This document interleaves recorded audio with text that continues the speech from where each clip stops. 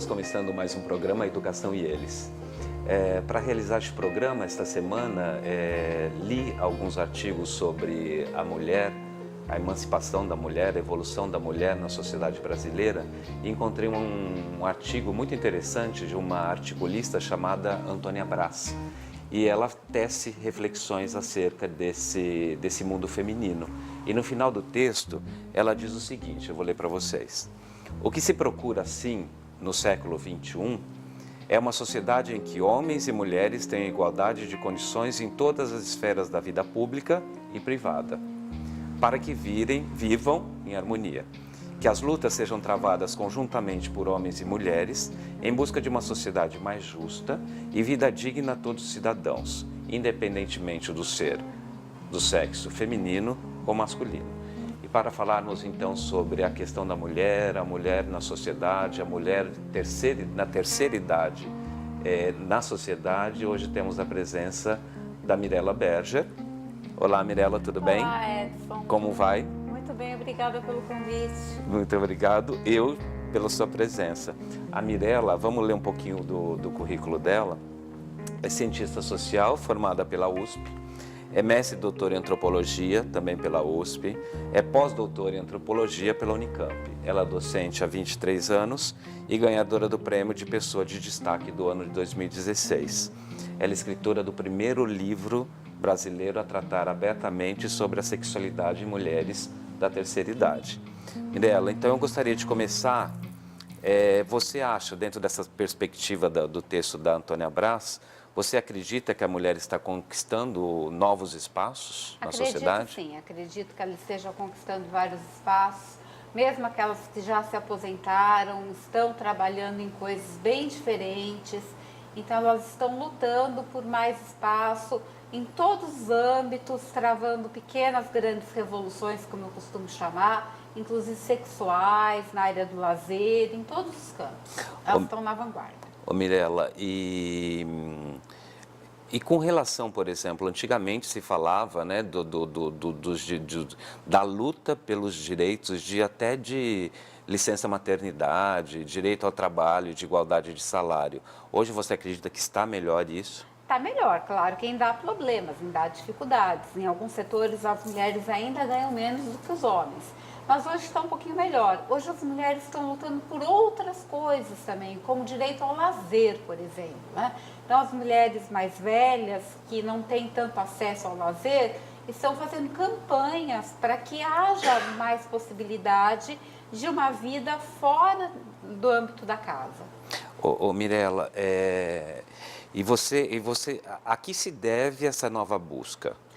Olha, eu acho que tem todo um discurso da mídia, né, em que a mulher mais velha começou a ser valorizada, né? Há todo um movimento também dessas próprias mulheres que foram às ruas clamar por maior liberdade.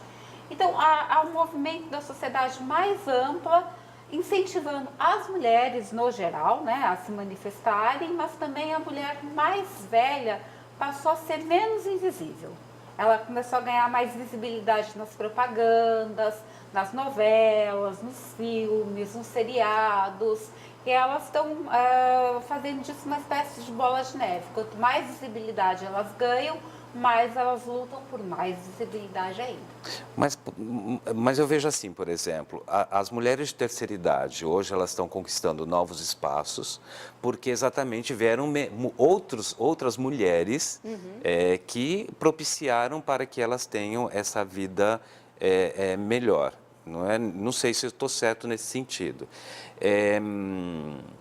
Você acredita que as mulheres mais jovens, né, elas tenham lutado muito mais para que hoje todas as outras idades... Sim, né? com toda certeza. O movimento feminista foi fundamental, né? O movimento feminista foi muito importante. Sim. Só que o que eu acho curioso na minha pesquisa, pelo menos o que eu percebi, é que as mulheres da faixa etária que eu entrevistei, elas não viveram feminismo na década de 60. Porque Sim. na década de 60, elas ainda estavam muito presas aos papéis de mãe, Sim. esposa, dona de casa. Que fica mais difícil, de Elas certa não, elas forma. não viveram essa revolução. Ô Mirella, agora uma curiosidade minha, né? Como surgiu o movimento feminista? Naquela época não havia muitos direitos relacionados para as mulheres, né? E aí veio um grupo que quis mudar isso. Como que foi essa história? Olha, o primeiro estopim das primeiras mudanças feministas vieram durante a Segunda Guerra, porque os homens foram lutar e as mulheres começaram a tomar a frente de tudo. As Entendi. mulheres tiveram que sair, na verdade, de dentro de casa, tiveram que começar a trabalhar e começaram a lutar pelos seus direitos. Afinal de contas, elas já não estavam mais no âmbito da casa. Agora elas eram as chefas do lar, né? Então, foi a partir da Segunda Guerra que a gente teve o estopim do que veio a ser o movimento feminista mesmo na década de 60. Então, a questão da mulher trabalhar fora também naquela época também foi, gerou também toda essa necessidade dela ter novos direitos. É isso que eu estou tentando te dizer. Como os homens não estavam mais no mercado de trabalho porque estavam lutando, as mulheres foram para o mercado de trabalho. Sim. E aí as mulheres começaram a cobrar cada vez mais uma participação política, social, em todos os campos, já que elas estavam no mercado de trabalho. Entendi. Elas passaram a ser a grande massa dos trabalhadores. Você acredita que existe uma diferença, por exemplo, entre a nova geração de mulheres, é claro que existe, né? A nova geração de mulheres daquela época e a nova geração de mulheres hoje? Ah, sim, né? Sim, muito. Porque hoje em dia as mulheres já nascem, é horrível falar isso, né? Não, elas são socializadas de modo a terem mais empoderamento. Entendi. Elas já crescem com essa filosofia do empoderamento, porque elas nascem de mães empoderadas.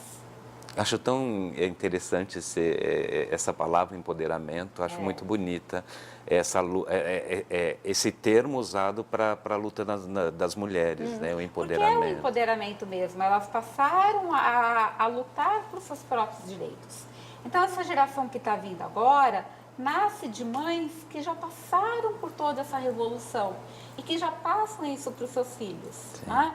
Ou até mesmo, eu penso um pouquinho na minha avó, né? Minha avó morreu com 97 anos, né? Em 2013.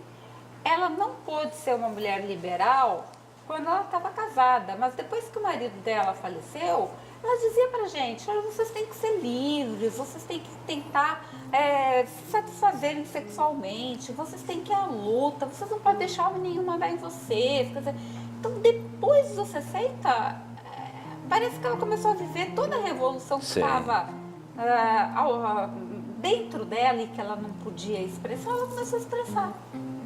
Por outro lado, também, eu fico imaginando assim, será que essa nova geração tem essa consciência histórica?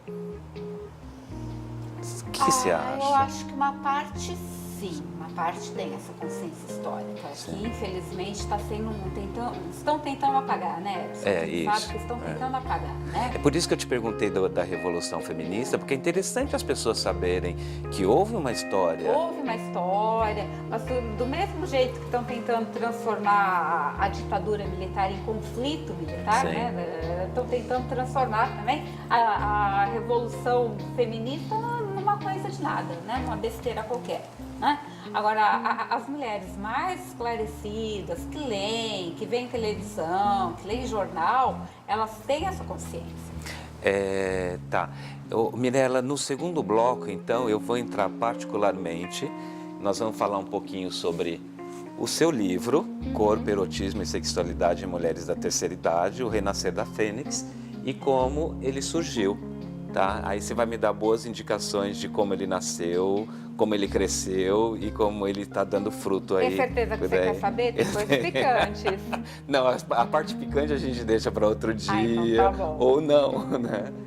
Ok, pessoal, então nós voltamos no segundo bloco para falarmos sobre o livro da Mirella Berger. Até mais.